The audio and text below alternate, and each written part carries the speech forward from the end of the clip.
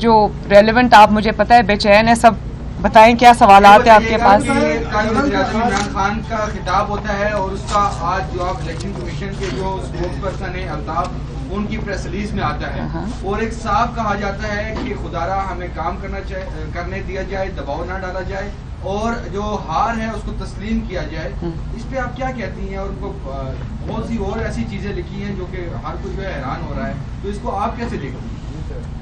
मैं सबसे पहले तो पूरी कौम को ये बताना चाहती हूँ कि अब पूरी कौम को भी, इदारों को भी ये समझ आ गई है कि सिसिलियन माफिया क्या होते हैं, माफिया क्या होते हैं, वो इदारों को किस तरह बदनाम करते हैं, इदारों को किस तरह प्रेशराइज करते हैं। इदारे उनकी मर्ज़ी का फ़ैसला करें तो इदारे बहुत अच्छे हैं, इदारों के हेड्स की अपॉइंटमेंट्स आप खुद करें तब वो ठीक है। और अगर आपने इलेक्शन कमीशन को जिस तरह निशाना बनाया है, ये बड़ी गलत इसलिए बात है कि इलेक्शन कमीशन ने सुप्रीम कोर्ट के अंदर और वैसे भी खुफिया बैलेट के ऊपर या शो ऑफ हैंड्स के ऊपर या ओपन बैलेट के ऊपर अपनी जो राय दी थी वो उनकी ज़ाती राय नहीं थी, वो उनकी कोई पर्सनल पोजीशन नहीं थी जो उन्होंने ली थी, वो उनकी आईनी पोजीशन थी। वो आईने पाकिस्तान जो कहता है सीक्रेट बैलेट के बारे में, वो वाली पोजीशन थी। और मोर और लेस सुप्रीम कोर्ट ने भी वही पोजीशन तस्लीम की। और अगर हमारी भी आज भी यही पोजीशन है जो आईने पाकिस्तान कहता है कि अगर आप सीक्रेट बैलेट को तब्दील करना चाहते हैं तो उसके लिए आपको आईनी तरमीम की ज़रूरत पड़ेगी, जो पार्लियामान कर सकती है, जो पाकिस्तान के इलेक्टेड जो रिप्रेजेंटेटिव्स हैं, मुंतखब नुमाइंदे हैं, वो कर सकते हैं। उसके बगैर ना ईसीपी को ये इख्तियार है, ना सुप्रीम कोर्ट ऑफ पाकिस्तान को या किसी कोर्ट ऑफ पाकिस्तान को भी ये इख्तियार नहीं है कि वो आइन के अंदर कोई तरमीम कर सके। अब रही बात इलेक्शन कमीशन को चार्जशीट करने की, उसको बुरा भला कहने की, तो मैं ये कहना चाहती हूँ कि आप क्या बता रहे हैं लोगों को कि बलूचिस्तान में, केपीके में और पंजाब में, ख़ुसूसन बलूचिस्तान और केपीके में, जहां आपने अरबों पति अपने लोगों को जो आपकी पार्टी से बिलोंग भी नहीं करते थे, सिंध में भी आपने उनको अपनी एटीएम्स को टिकट्स दी, वो जीत गए। बलूचिस्तान से वो जीतते हैं तो इलेक्शन कमीशन बिल्कुल ठीक है, केपीके से वो जीतते हैं तो इलेक्शन कमीशन बिल्कुल ठीक है, सिंध से वो जीतते हैं तो इलेक्शन कमीशन बिल्कुल ठीक है, पंजाब से वो जीतते हैं तो इलेक्शन कमीशन बिल्कुल ठीक है। लेकिन एक इस्लामाबाद की सीट ने जिसने आपका पूरा कच्चा चट्टा खोल के रख दिया, वहाँ से आप हारते हैं तो इलेक्शन कमीशन बुरा है।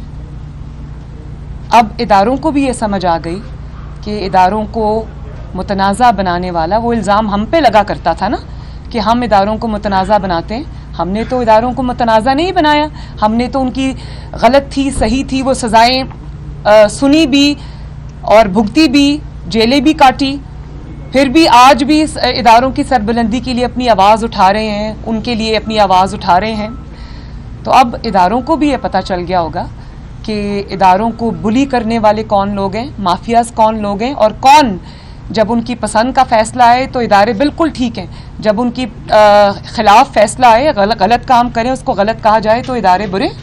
फरीम साहब ये बताएं, कल प्राइम मिनिस्टर जो है वो जा रहे हैं एतमाद का वोट लेने, अपोजिशन क्या रवैया अख्तियार करेगी? क्या इस सारे प्रोसेस से अलग होगी या इसमें शामिल रहेगी? सबसे पहले तो मैं ये हैरानगी है मुझे इस बात पे कि कौमी असम्बली का जो इजलास बुलाया गया है वो आइन की जो शिक है 91(7) उसके तहत बुलाया गया है। और शायद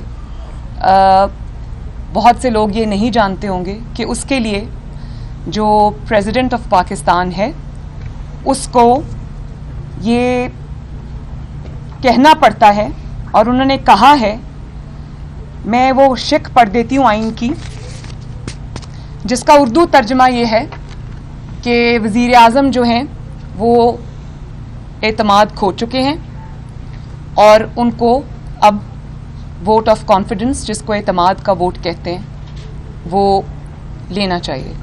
वो शिक ये कहती है कि president has accepted that he is satisfied that prime minister does not command the confidence of the majority of the members of National Assembly.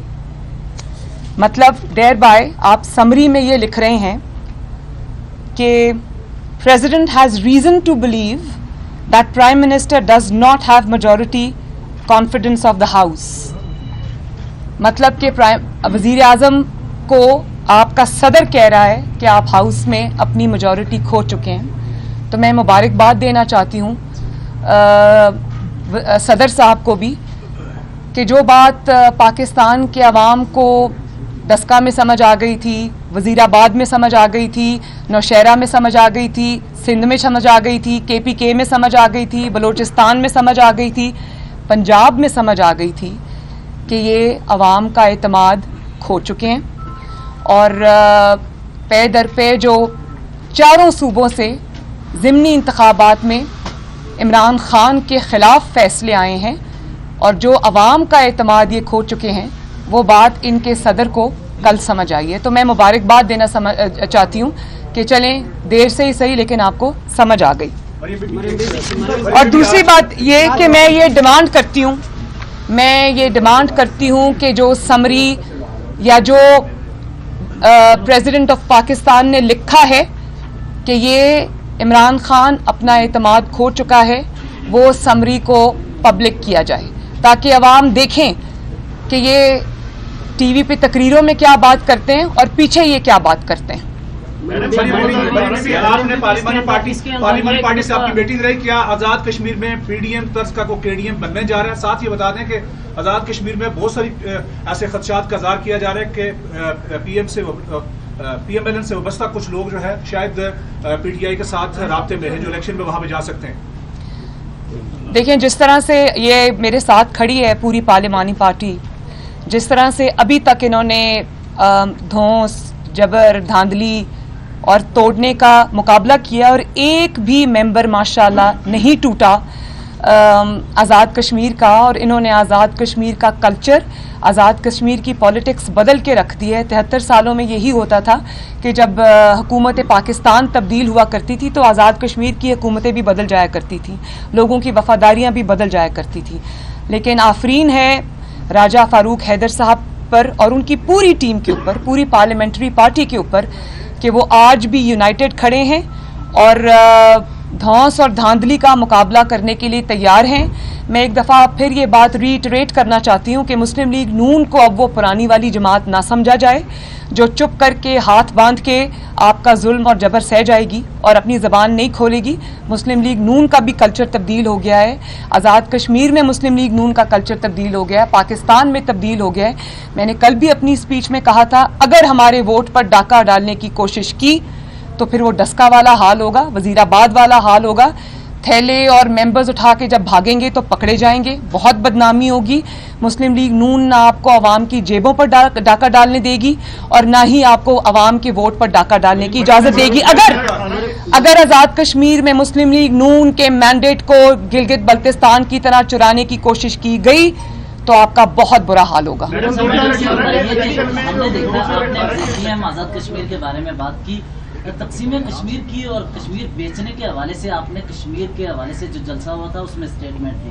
इसी दौरान जिस वक्त तकसीम कश्मीर की आप बात कर रहे हैं, आर्मी चीफ के साथ एक मीटिंग हुई जिसमें आज़ाद कश्मीर के ऑनरेबल PM भी मौजूद थे। उसमें क्या तकसीम कश्मीर के लिए आज़ाद कश्मीर के PM राजी हुए हैं या जो भी बातचीत हुई है क्या हुई? मैं उस मीटिंग के अंदर मौजूद था और मैं ये गवाही देना चाहता हूँ कि किसी ऐसी तजवीज़ से आज़ाद कश्मीर के PM ने वहाँ पर कोई इत्तफाक नहीं किया था।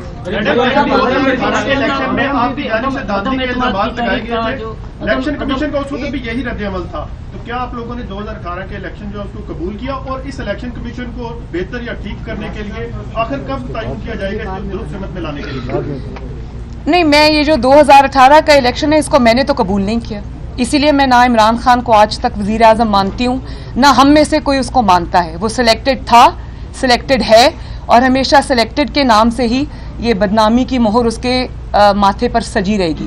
बाकी रही 2018 का एहतसाब तो वो अवाम ने खुद कर दिया, वो डस्का के अवाम ने कर दिया, वो नौशहरा के अवाम ने कर दिया, वो चारों सूबों के अवाम ने ज़िमनी इलेक्शंस में 2018 में इलेक्शन चोरी करने का, अवाम के वोट पे डाका डालने का हिसाब खुद ही कर दिया। आइंदा अगर ये कोशिश की गई तो ये जान ले कोशिश करने वाले कि अवाम एहतसाब करने के लिए जाग भी रहे हैं और तैयार भी हैं। मरीम साहब, आपका ये कहना है कि PMLN की टिकट ने काम दिखाया, वो टिकट ने किस तरीके से काम दिखाया और क्या ये हॉर्स ट्रेडिंग में नहीं आता? नहीं, बिल्कुल नहीं आता। उसकी वजह यह है कि पंजाब में भी जब हमने 4th सीट पे कंटेस्ट नहीं किया तो बहुत सारे इनके लोग थे जो हमें ये कहते रहे कि हमें टिकट दे दें, हम आपको वोट देना चाहते हैं, आप 4th सीट पे कंटेस्ट करें, लेकिन PMLN ने नहीं किया। और फिर जिन्होंने वोट देने के लिए आमादगी जाहिर की उन्होंने PMLN का टिकट मांगा। बाकी जमातों को वोट देने के लिए, PDM की जमातों को वोट देने के लिए भी उन्होंने PMLN के टिकट की ही वो की थी। लेकिन PMLN एक बहुत माशाअल्लाह बड़ी जमात है। PMLN के अपने कैंडिडेट्स हैं, PMLN के अपने हर जगह पे MNAs हैं, टिकट होल्डर्स हैं, तो PMLN सबको टिकट दे भी नहीं सकती। तो PMLN को पहले देखना पड़ेगा। लेकिन मेरा कहने का मकसद ये है कि जिस जमात को आप उस बात की स्पिरिट को ना भूलें कि जिस जमात को आप ये कहते थे कि वो ख़त्म हो गई, वो नवाज शरीफ की सियासत ख़त्म हो गई, उसका बयानिया ये था, उसका बयानिया वो था, वो आज लंदन में बैठा है और टिकट उसकी जो आवाम में लोग ये कह रहे हैं कि वोट के लिए मुस्लिम लीग नून की टिकट चाहिए। मुस्लिम लीग नून टिकट बहुत सारे हैं माशाल्लाह, बहुत सारे हैं, और MPAs भी हैं और MNAs भी हैं, ये मैं आपको बता दूं। इस बात का मुझे जाती तौर पे इल्म है। ये काम दूर कर दें कि आपकी जमात या PDM कल जा रही है असेंबली में या नहीं जा रही है। दूसरा ये बता दें कि इलेक्शन कमीशन एक आईनी अदारा है, उसकी एक जुडिशियल हैसियत भी है। इमरान खान का बयान क्या तोहिने इलेक्शन कमीशन नहीं है और आपकी लीगल टीम क्या इस बारे में सोच रही है कि उसको तोहिने इलेक्शन कमीशन की दरखास्त दायर करेगी? देखिए, इलेक्शन कमीशन के बारे में तो उन्होंने बयान दे के तौहीन कर दी, लेकिन बाकी जो इदारों को, वो फ़ौज के इदारे को घसीटते हैं सियासत में। जिस दिन उनको ज़िल्लत आमेज़ शिकस्त होती है, उनके अपने मेंबर्स उनके ऊपर अदम एतमाद का इजहार करते हैं, उनके ख़िलाफ़ वोट देते हैं, तो उस दिन सुबह सुबह वो इदारों के सरबराहों को बुलाकर प्राइम मिनिस्टर हाउस की ग्राउंड में मीटिंग करते हैं, उसके लॉन में मीटिंग करते हैं, तो वो इदारे को सियासत में नहीं घसीट रहे। जबकि इदारे के जो DG ISPR हैं वो कहते कहते थक गए हैं कि हमें सियासत में ना घसीटा जाए। मेरा ख्याल है कि पब्लिक को ये बात कहने की बजाय उनको ये बात वज़ीर आज़म इमरान खान साहब को कहनी चाहिए कि आप हार रहे हैं, आप बदनाम हो गए हैं, आप फेल हो गए हैं, आप अवाम का एतमाद खो चुके हैं, आप ना सिर्फ अवामी नुमाइंदों का जो एतमाद है वो खो चुके हैं, बल्कि आप अपने मेंबर्स का एतमाद खो चुके हैं। तो बराए मेहरबानी हमें इस सियासत में ना घसीटें। और मैं फिर ये बात कहना चाहती हूँ इदारे के सरबराहान से भी कि आपको किसी तौर भी, जिस दिन इमरान खान को मार पड़ी, जिस दिन उसको अवाम की तरफ से गैज़ो गज़ब का सामना करना पड़ा, अवामी नुमाइंदों की तरफ से गैज़ो गज़ब का सामना करना पड़ा, तो आपको कभी भी अगले ही दिन उसमें जब वो जोड़ तोड़ में मसरूफ़ हों, धौंस और धांधली में मसरूफ़ हों, आपको उनके साथ बैठा हुआ नज़र नहीं आना चाहिए।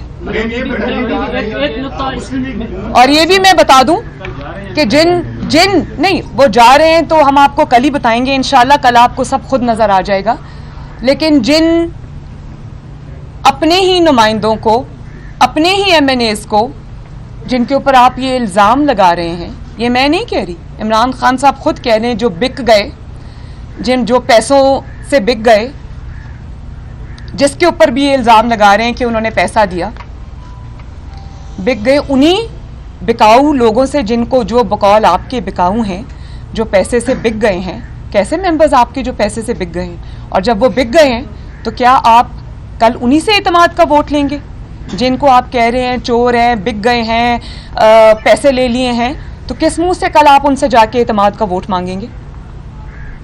मैं इस चीज़ का सवाल का जवाब लेना चाहती हूँ कि आप आज जिनको अपने कौमी खिताब में नेशनल टीवी के ऊपर बैठ के कह रहे हैं जो बिक गए हैं, कल आप किस मुंह से उनके ऊपर उनसे एतमाद का वोट मांगेंगे? और ये भी मैं बता दूं कि आप जो हैं वो फैसला हो गया है, आप पर अदम एतमाद हो गया है।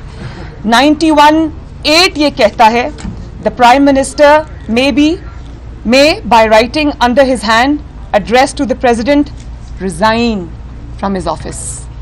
ये कानून कह रहा है, आइन कह रहा है। तो आप पे अदम एतमाद तो हो चुका है।